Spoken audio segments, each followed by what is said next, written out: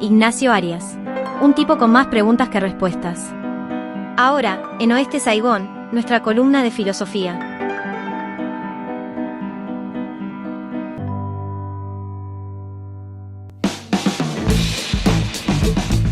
...29 minutos pasan de las 10 de la noche... ...y estamos acá ya en comunicación con nuestro columnista... ...para hablar de la filosofía de Gran Hermano. ¿Cómo le va, Nacho? ¿Todo bien?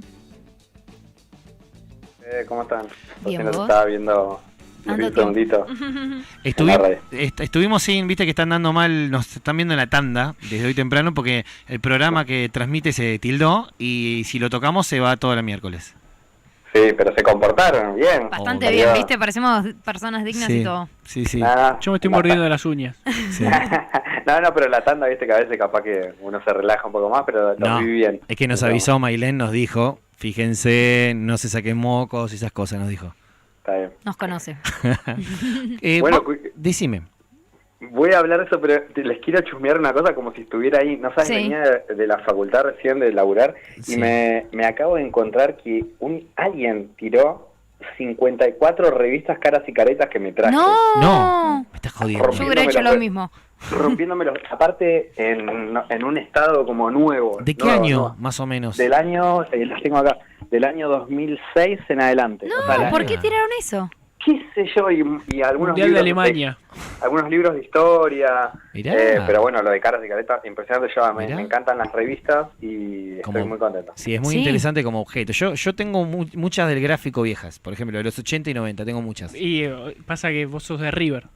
Esa época los hinchas de River coleccionaban mucho el gráfico. No, Fuera de pero joda. tengo de todo tipo, igual. Bueno, No, Seguro no, cosas de Uruguay. es que en realidad en las revistas, o sea, si querés entrando un poco ahí por la... Los filósofos usan mucho las revistas, los que estudian el pensamiento como contemporáneo argentino, latinoamericano, porque las revistas son la tribuna donde discuten los intelectuales. Por Bien. ejemplo, yo una revista que también colecciono, que es académica, que se llama Pensamiento de los Confines, en esa revista publicaba casi todo el grupo de Carta Abierta. Ah, mira. Ah, mira. Rosler, Horacio González. Horacio González, sin ni hablar. Y de hecho, Pensamiento de los Confines Pensamiento de los Confines, no, El Ojo Mocho la dirigía Horacio González y cuando falleció, bueno, se cortó ahí un toque y ahora la retomaron estudiantes de él.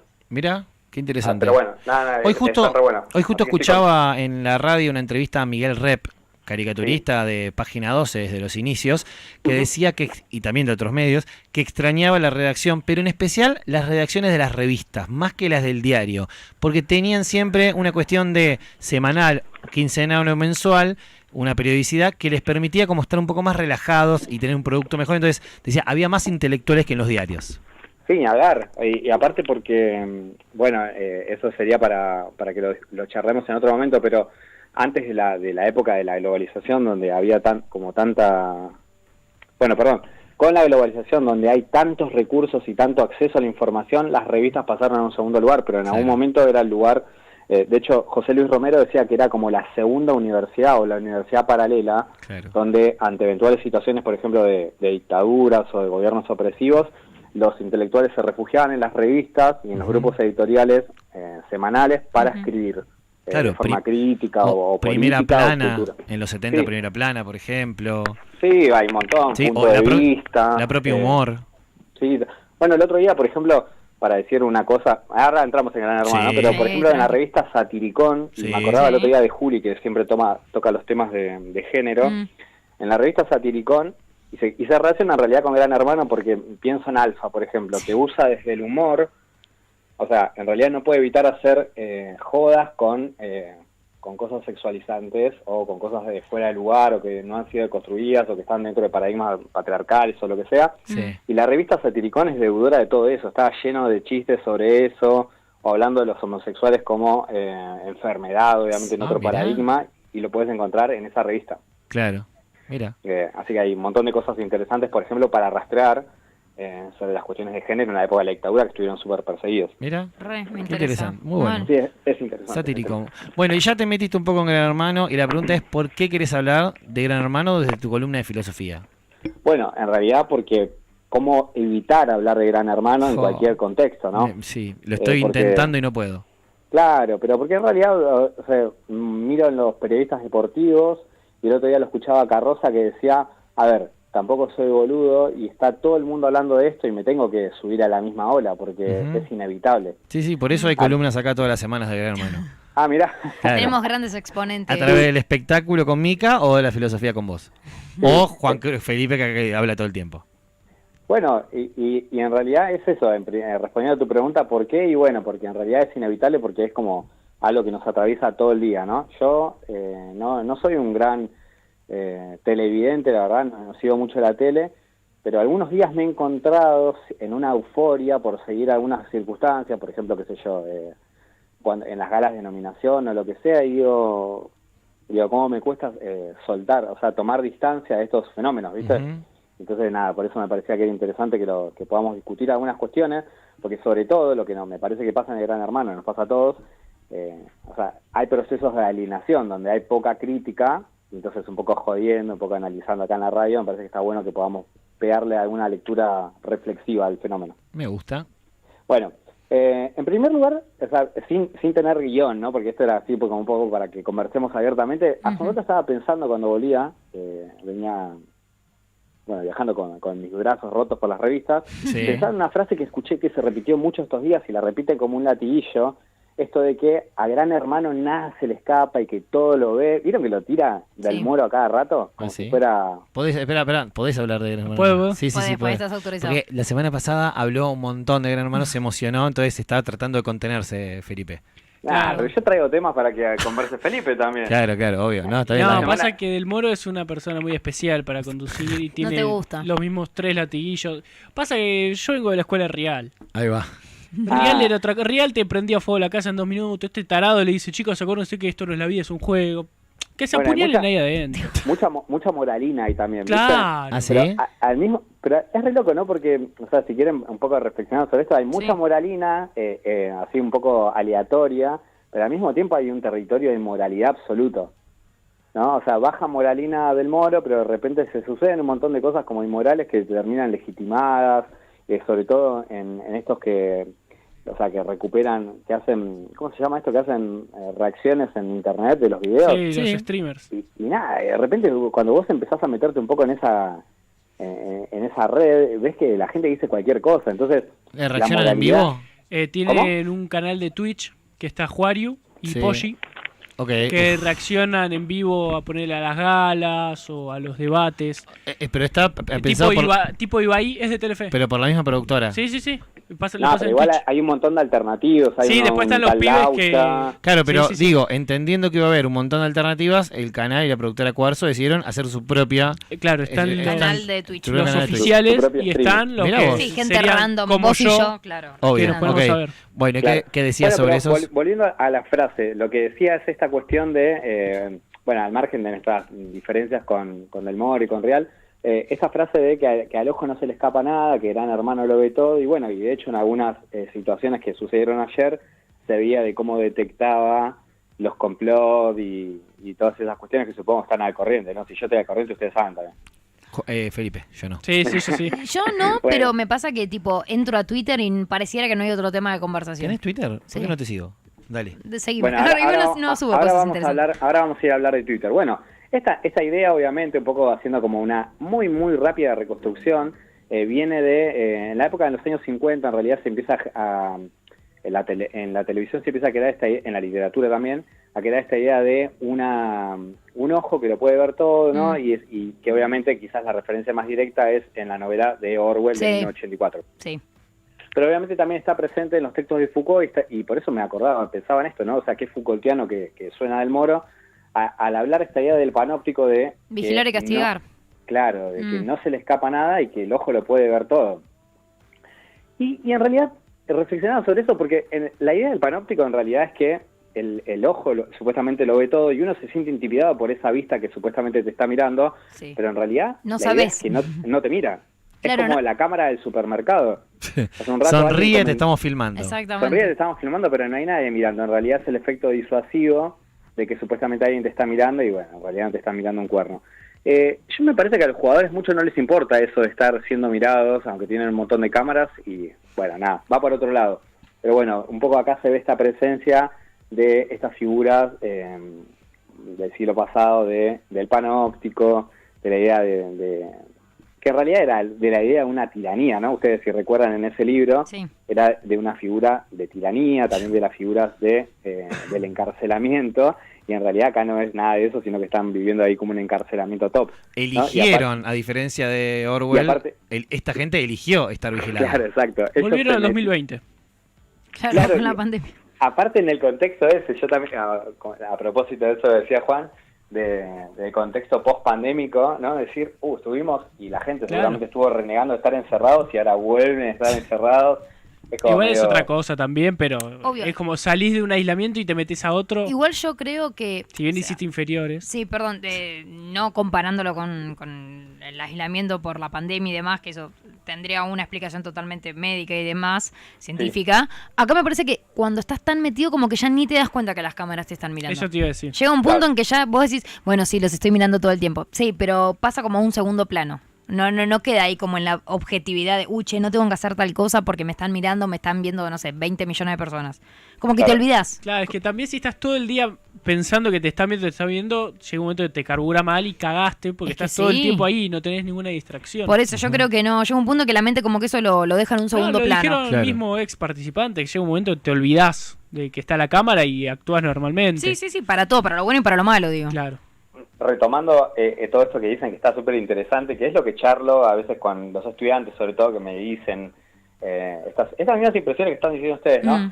Y en realidad lo que hablábamos acerca de esta cuestión puntual que decía Juli vos, es dos cuestiones, ¿no? Sí. Vieron que hay muchos de los personajes dicen esta cosa de, estoy haciendo mi personaje, ¿no? Por ejemplo, lo decía Tomás Holder. No, yo no soy así, yo hago mi personaje así. Muy bien, en realidad en la vida real no soy homofóbico. No, para nada, ¿no? Claro, y lo mismo que este Juan, yo no soy agresivo, simplemente es un personaje, podría decir, ¿no? Sí. Y en realidad, a propósito de lo que decía Juli, como decía yo, no solamente se empieza como a perder el límite entre lo real y lo ficticio, o de la cámara y de lo público y lo privado, sino también la diferencia del yo, de la identidad real y del personaje, se terminan fusionando, y entonces yo pensaba, ¿no? Qué quilombo en esas cabezas, donde el personaje a veces, como dice el dicho futbolístico también, el personaje se termina comiendo al sujeto. Sí. Y empiezan a pasar un poco eso. Entonces, el personaje se come al sujeto, la ficción, o si querés, la ficción de la casa se empieza a comer a la realidad, entonces ya no terminás diferenciando qué es lo ficcional y la realidad, y por eso te terminás olvidando de todo, ¿no?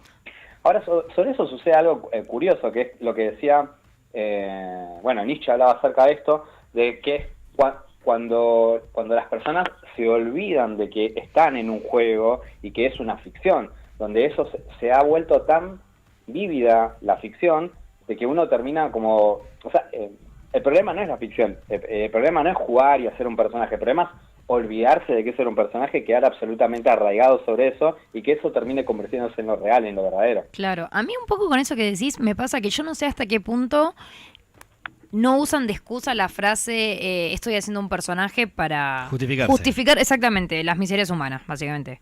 Por ahí Holder es un homofóbico, probablemente lo sea, y es como, no chicos, pero yo estaba haciendo un personaje, la idea de verdad no soy así. Porque se dio cuenta que no tiene la aceptación por ahí social del círculo más amplio del que se suele mover, que por ahí nadie le dice, che amigo, estás re desubicado con ese comentario. No sé si homofóbico, clasista. No tengo idea, o sea, porque no lo vi, pero digo homofóbico porque lo trajo a colación Nacho, pero digo clasista o lo que sea, es como, me suena excusa para justificar conductas que por ahí decís, che, esto no cae tan bien en otros círculos que no sean el mío. Claro, ni hablar. No, pero de hecho estoy completamente de acuerdo con vos, y de hecho retomo dos cuestiones sobre lo mismo, otra vez sobre lo que decían ustedes, Juan y vos.